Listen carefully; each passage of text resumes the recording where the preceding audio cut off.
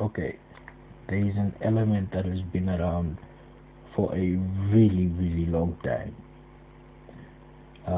This element, as opposed to the second element or the second force, I'll call them force, is to make sure that there isn't civil unrest. This element obviously is the police, and the second element is obviously the army, the navy, and the ones that protect the borders. Now, some guy, kid, whatever they're calling him, decided to go into a church and shoot people. Right? His motivations haven't been made clear to me as of yet. A lot of people are blaming it on guns, but I can tell you, you know when to use a gun to shoot an animal, and you know very well what it will do to a human being unless you're 5 or 4 or 3, right? So I don't buy that element, and it's kind of strange to me how the obvious is right on these countries. It's staring at them. Now it's about race, obviously, because there's been an unbalance in terms of how police treat their black citizens as opposed to their white citizens. And the question has been why? Why? And I'm like, if you go back to the 60s, 50s, whatever, police were trained, right? They were trained to be aggressive against black people. Police were trained that black people were a threat and they needed to protect themselves from that part of society as opposed to them protecting that part of society. How much of this element has gone out of their training systems? And then add the feature of entertainment. Add hip hop. Yeah, add hip hop.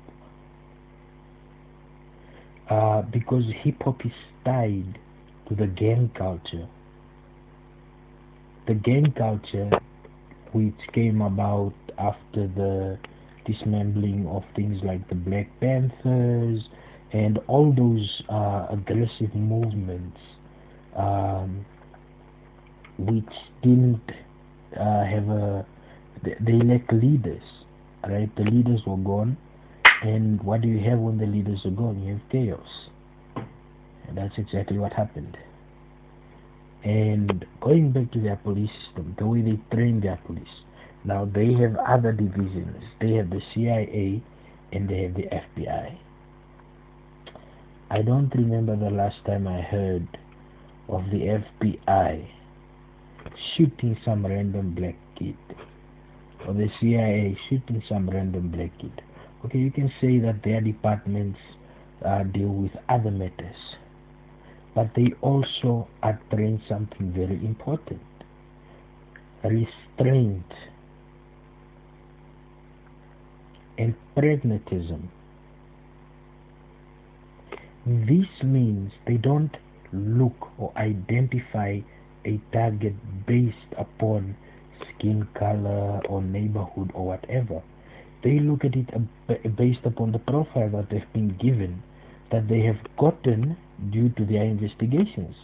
And investigating is something that they do a lot. And the police has become an outlet for a lot of um,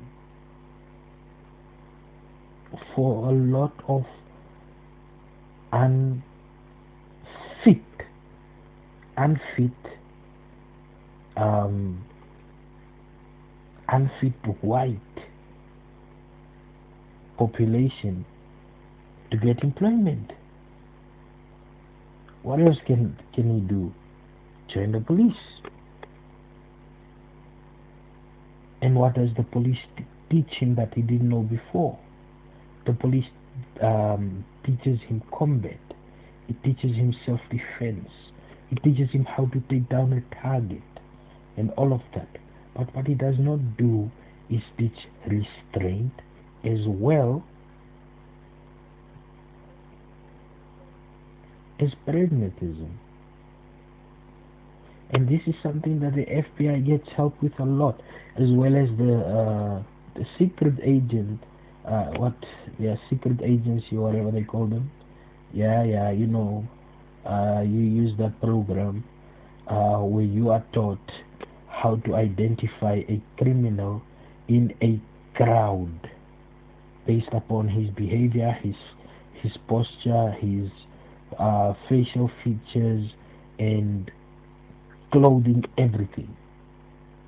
Now, this is expensive stuff, so it cannot trickle down and be given to all state. I mean, America is huge, right? But the smaller elements can.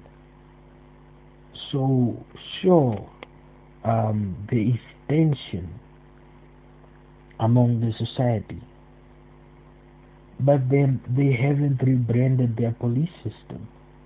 It's still 1950s, 1960s. It's still us against them, and them most of the time are black people.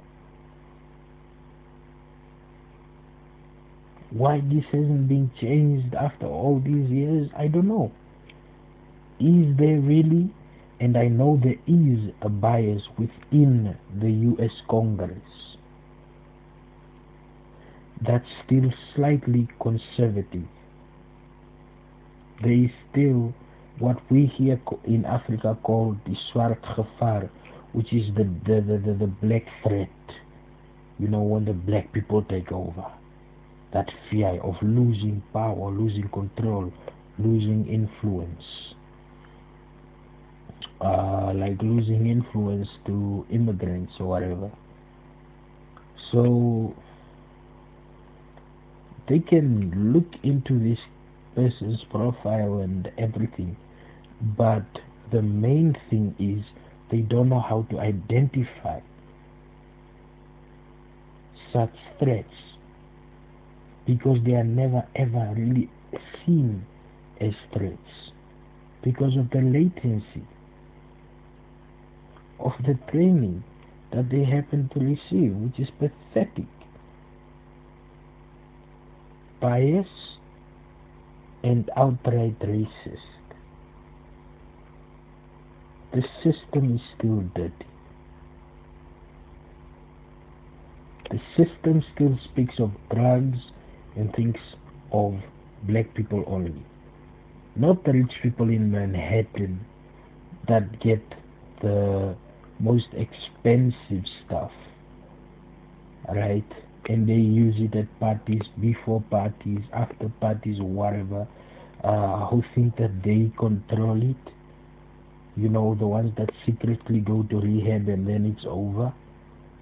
You know, the resources that the black community doesn't have. That's how they view the drug problem. And based upon the environment that most black people find themselves in, which is an environment where you need or feel this urge to escape, it only makes it worse. It means that there aren't returns. There aren't a lot of returns. There's I've gotten away. There's that guilt, sure, but I've gotten away, and I have to build what I have to build where I am, right? Within the communities. I see this a lot. I don't see or hear of a lot of black people that are empowering other black people apart from motivational speakers. What did Malcolm X say? Yeah, you know, the ones that sing "We Shall Overcome," right? So, and this is a problem everywhere. untrained police. We have untrained police here in this country too, who don't know how to contain situations without using brutality and violence. And watch me, 31st of July, these people will be at their most violent. They will arrest probably even bystanders that have absolutely nothing to do with the movement that's coming on the 31st of July. What you will see are untrained idiots going out into what they perceive a war because they perceive the deadline as a threat. And with the whole talk of peace and stability, it makes the whole war culture even more, and they are on high alert. In a peaceful country with peaceful people, most of these people are youngsters. How many of them own guns? None really. They don't know, they don't have any means of crowd control, and they showed this in Katima, where they were tear gassing pregnant women because they were scared. They went into self-defense mode. And when they go into self-defense mode, just like the incident where that lady was shot, when they go into self-defense mode, it's about let me protect myself. And when they try to contain situations, they think that by using brutality, they can contain situations. And these are social issues. Police aren't even supposed to be involved in these social issues, but somehow police are involved in these social issues. How? This is the mayor's problem. This is the CEO's problem. The CEO, the mayor, is supposed to approach these people and speak to them and speak on solutions, as opposed to the police doing the dirty work. Because what you have there is a huge breach of law.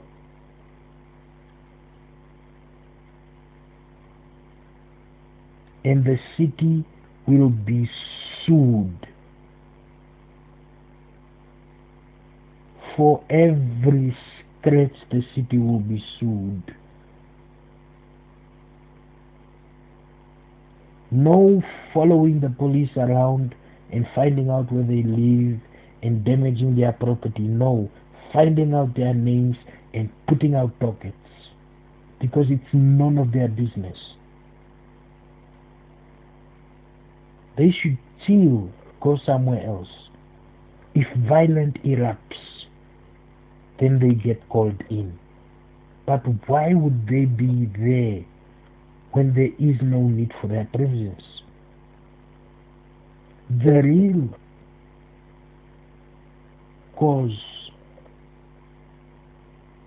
for peace and stability thus far that I have seen have been the Namibian police. And it seems to be the case in most other countries too.